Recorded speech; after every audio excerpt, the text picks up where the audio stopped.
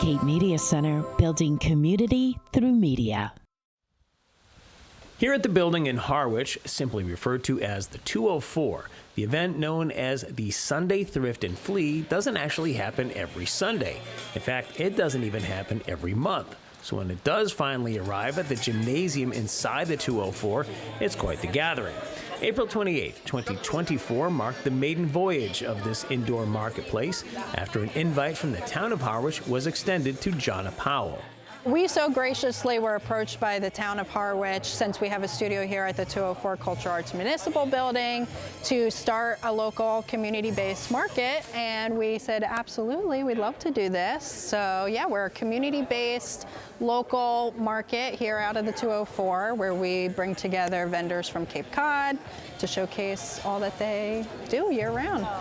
For the most part, those vendors line the perimeter of the room, giving everyone a chance to shop around without getting in each other's way when crossing the gym. Essentially, it's a bunch of neat, eclectic stuff all under one roof, and Powell was able to use her 10-plus years of experience in the business to locate and invite this unique group to participate. Since we're just independently organizing this, it's not for profit or anything. Our first approach last year when we started was grab some, 10 great vendors that we know, bring them together, let's see how the local community kind of responds to this, and it was like an immediate hit, which we so love. And yeah, so now this year we're at 15 vendors and growing for next year is the goal. And an expanding roster means that there are plenty of new people being added to the mix, some of them for the first time, like the folks at Saltwater Vintage down on the far end of the court, enjoying their debut experience. I actually go to vintage swaps all the time, so I love shopping other vendors, and it's fun to be here as well and see who's buying the goods. For people of a certain age, myself included, it's a little strange to see many of the things that we grew up with now viewed as items of nostalgia. For instance, these crates of vintage compact discs in 2025 would have been cassettes and 8-tracks in 1985. And that's another thing, the word vintage. It appears in the names of nearly all of the vendors here, and it's a word that's enjoyed a bit of a redefinition over the years. Nowadays, what's called vintage is a little bit different than what it used to be. There was a time when people sold antiques, and vintage would be like a newer, antiques are like 100 years old. Vintage would be more like a retro, you'd think 70s, 80s. So vintage has a much wider description now to include like recycling, upcycling, thrifting items. So vintage is not used in the traditional way that it was once used. Unique is another word that gets thrown around at this type of event, often in reference to the items on the tables and racks. One other unique feature is that it's indoors, which pretty much makes the market weatherproof.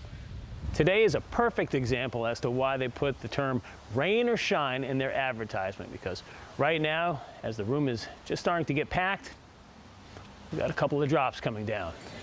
But regardless of the weather, the experience here at the Cultural Arts Municipal Building, located at 204 Sisson Road in Harwich, is a good one.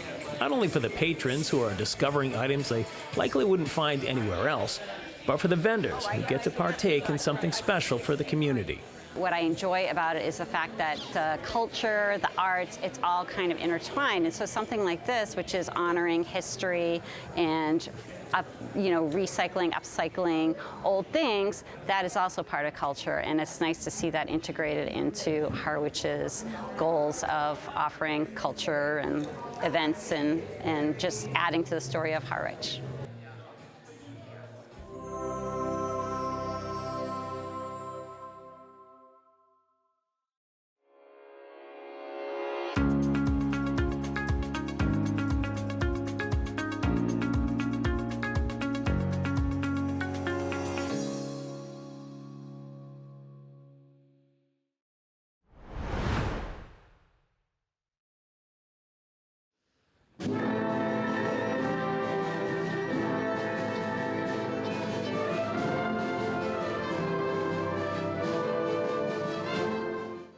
I'm Susan Saposnik. I am the current president of the orchestra. I play the French horn and the piano in the orchestra. We are a community orchestra. We do not charge our members to play. We do not charge the audience to come. It's a free concert. An orchestra consists of both strings and brass and winds, unlike a band, which is just brass and winds. We've got about 55 members. I'm Quan Faith. I play the violin in the Cape Community Orchestra, and I am the concertmaster. I've been the concertmaster for 10 or 15 years, I would say, but I've been with the orchestra since its inception. It's just so lovely to see how it's changed and just modified itself around the needs of the community. And one of the things that has maintained throughout the years is that we put on our concerts for free, which I think that is something that's a little bit lacking, especially in sort of like the live music area where there is a lot of inaccessibility happening, particularly with exposure to classical music. We don't play strictly classical. We like to play a mix of stuff that people will recognize and really get excited about. We do a friends and family concert, so it's a concert for all generations, and that's also free, and little kids can come and make noise and ask questions, and we play music from Disney movies and the Pirates of the Caribbean and things like that. So it's really nice to see that community engagement, especially those concerts. We've seen the audience actually like grow visibly as we've gone on. My name is Nancy Trenti, and I am the conductor and the music director of the Cape Community Orchestra. And our mission is to bring affordable music to the Cape community, both to perform and to listen to.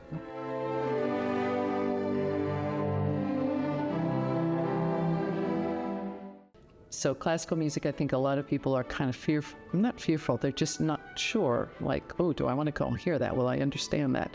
And so it's storytelling without words, really.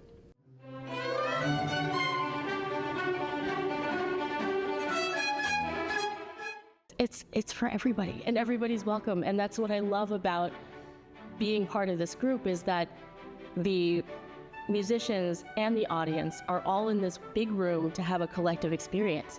Already, every single person in that room has something in common. And I just think that's the coolest thing, and that's really a nice thing to bring people together, especially in times like this when things are so divided. To have a shared experience with a perfect stranger is just magical. We have 2 concerts coming up. Our first is Saturday, November 22nd at Monomoy Regional High School, 3 o'clock. Sunday, November 23rd, 3 o'clock at Dennis Yarmouth Intermediate School. The theme for this concert is Fire and Fantasy, music to ignite the imagination. And it is a rip-roaring program that is fast and furious. Some of it will be familiar, some of it will be toe-tapping, and some of it will just be very exciting. So we hope to see you out there.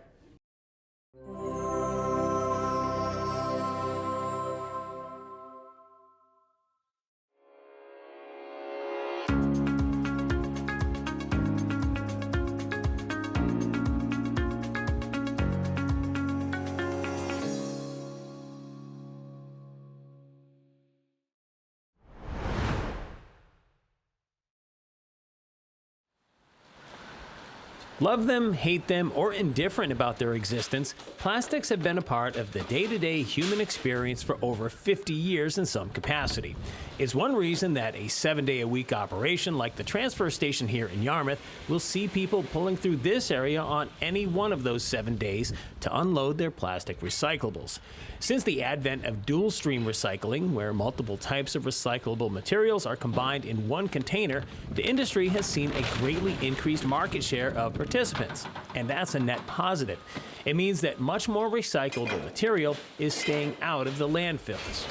The containers, when they're full, average a weight of about 8 tons. The containers of recycling is typically plastic, glass, and tin. So those are combined together in a commingled container. They go up to our commercial transfer station, they get picked up there, and they get hauled to the recycler, which is called E.L. Harvey.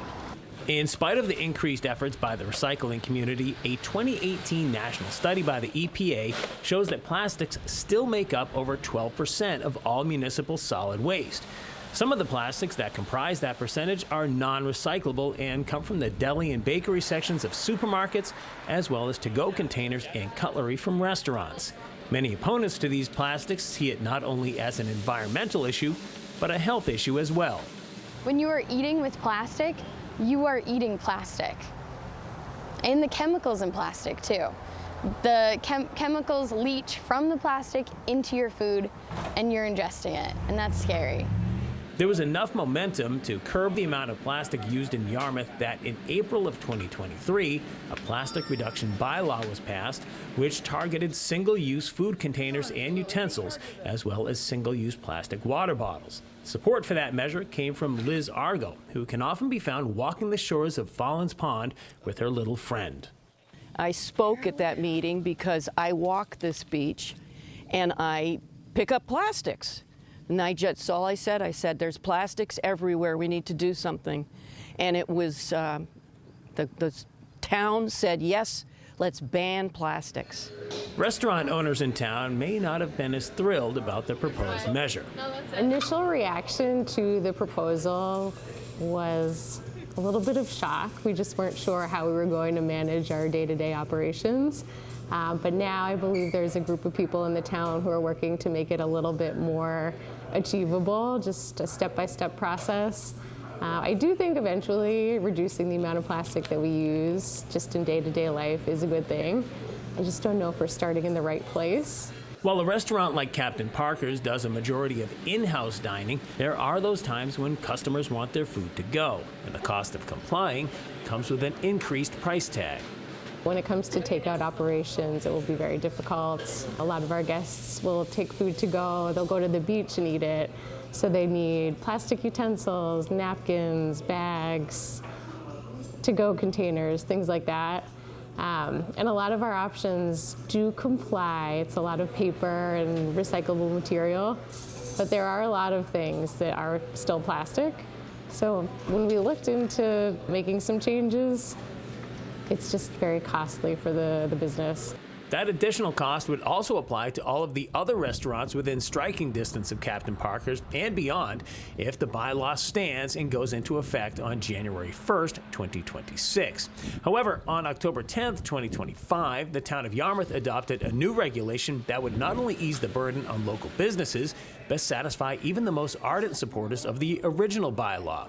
So much so that they want to see that bylaw rescinded, and they'll have their chance to rescind it at the Yarmouth Special Town Meeting at the Dennis Yarmouth Intermediate School on November 17th, 2025. When I was at the town meeting in the spring where the ban was approved unanimously, I was very, very pleased. And in fact, that was one of the reasons I ran for the select board, because I was so proud of my town. And as I was suspicious at the fall special town meeting when the health department and the Chamber of Commerce said we can't do this. But I am here to tell all of my cohorts that this is the way to do this.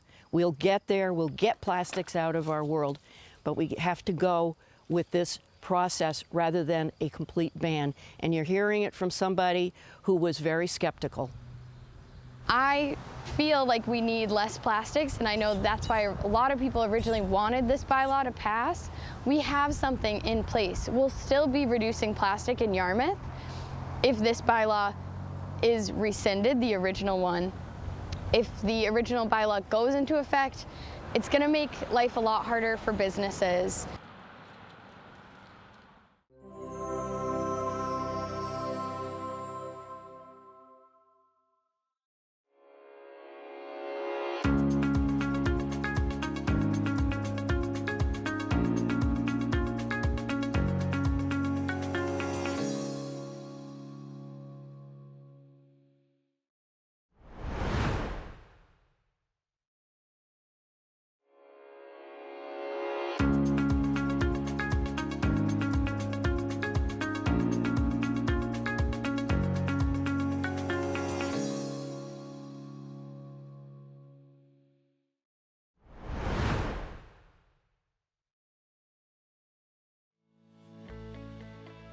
Coffee with a Cop is a public event that all police departments like to do at least once a month.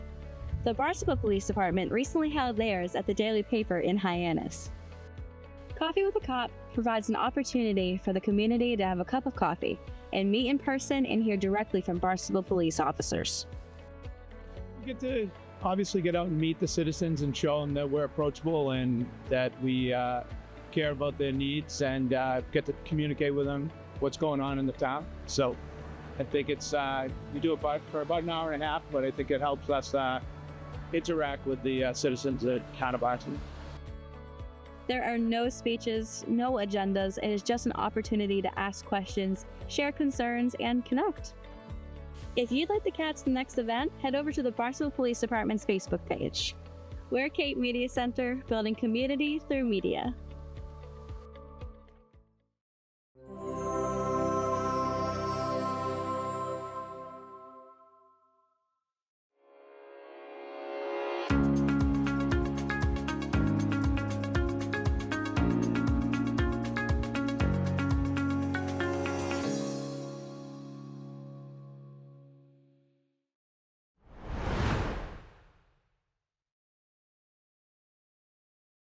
For the past 4 years, the Housing to Protect Cape Cod Coalition has hosted a summit.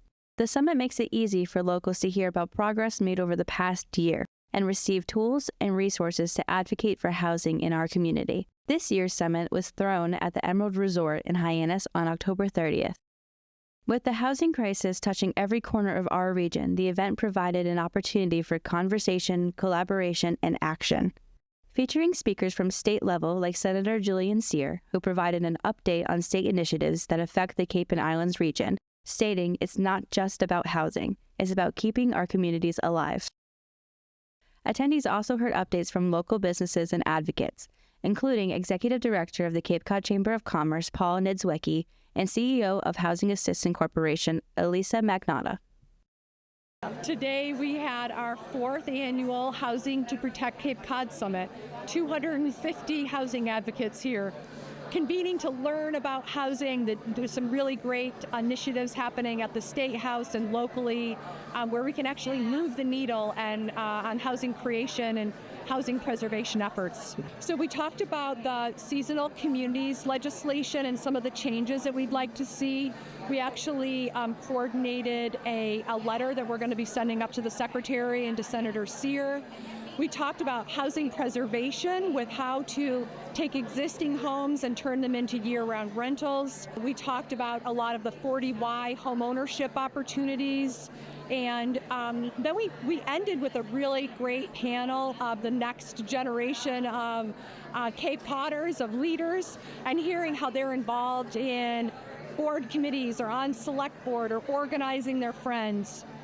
Because in the end, the housing that we're creating is really for them, right? It's for the next generation.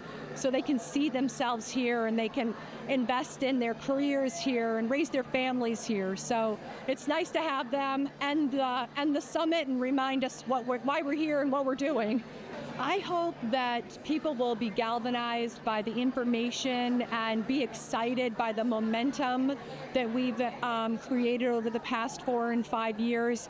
And I hope that it will kind of help them turn the tide and get the confidence and the courage to be able to speak up for housing, speak up for locals, figure out a way for us to not just protect this beautiful place that we call home and that we live, but also the people who live here.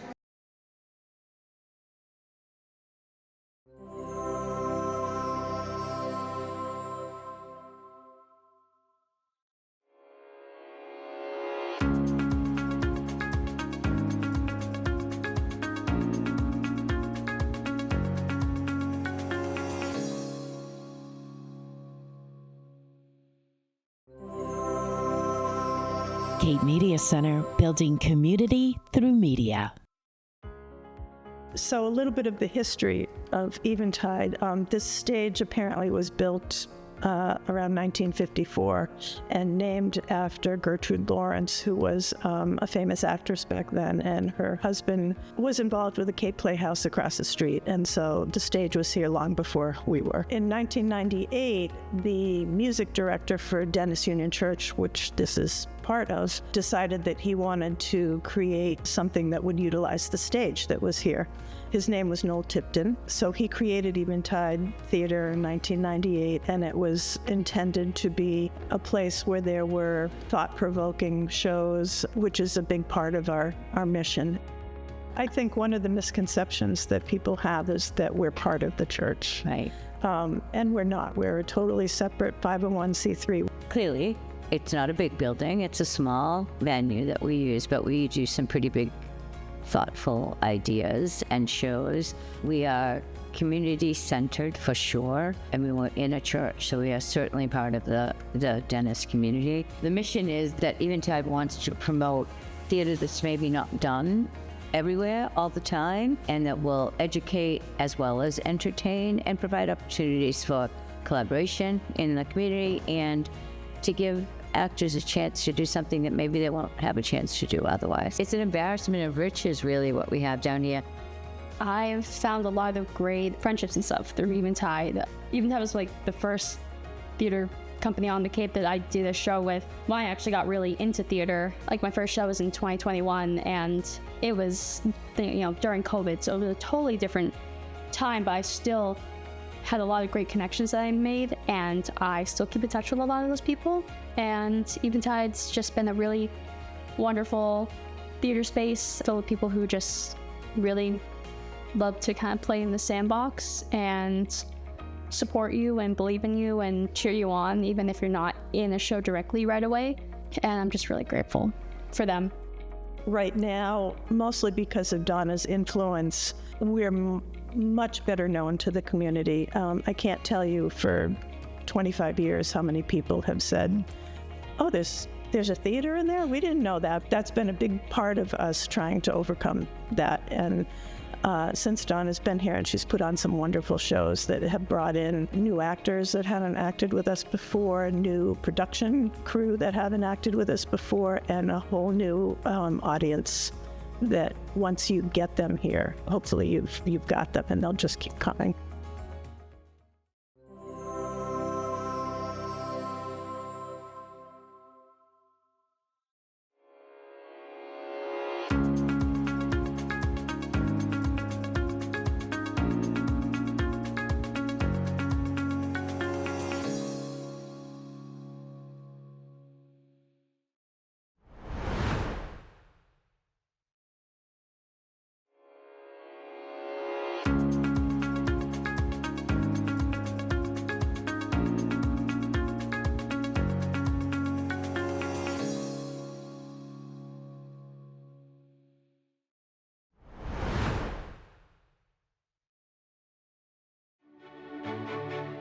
Cape Media stopped by the Atwood Museum in Chatham recently to speak with Executive Director Kevin Wright to find out a bit more about its history, its wondrous exhibits, and the Dawsons and volunteers who make it happen. So the Atwood Museum, a museum and historical society that talks a lot about the history of Chatham, but our museum itself expands more than just Chatham, or we try to when opportunities arise. We just celebrated in 2023, we just celebrated our 100th anniversary of the Historical Society.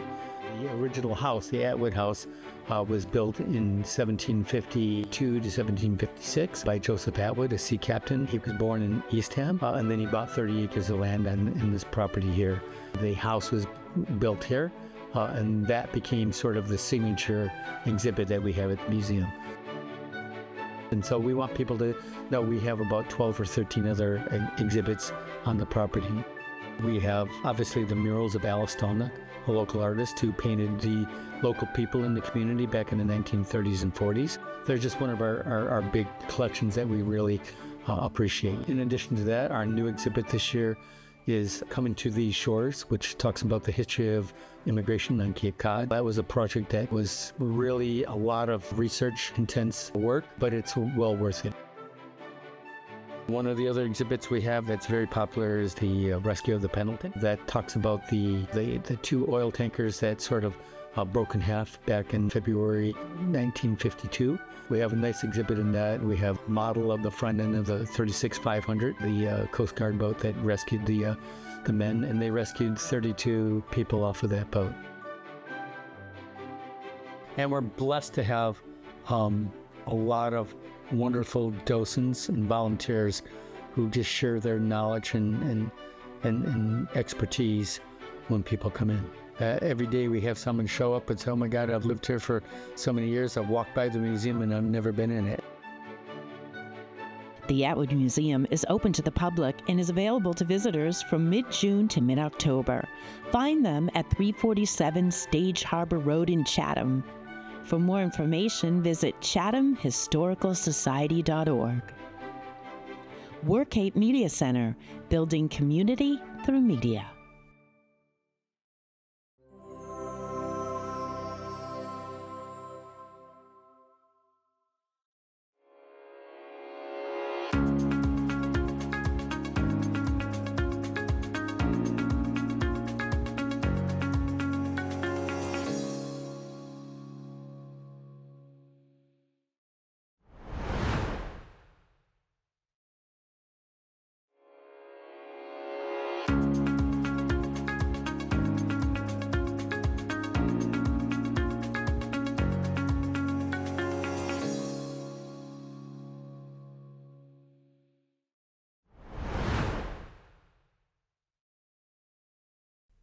Hey, I'm Kayla.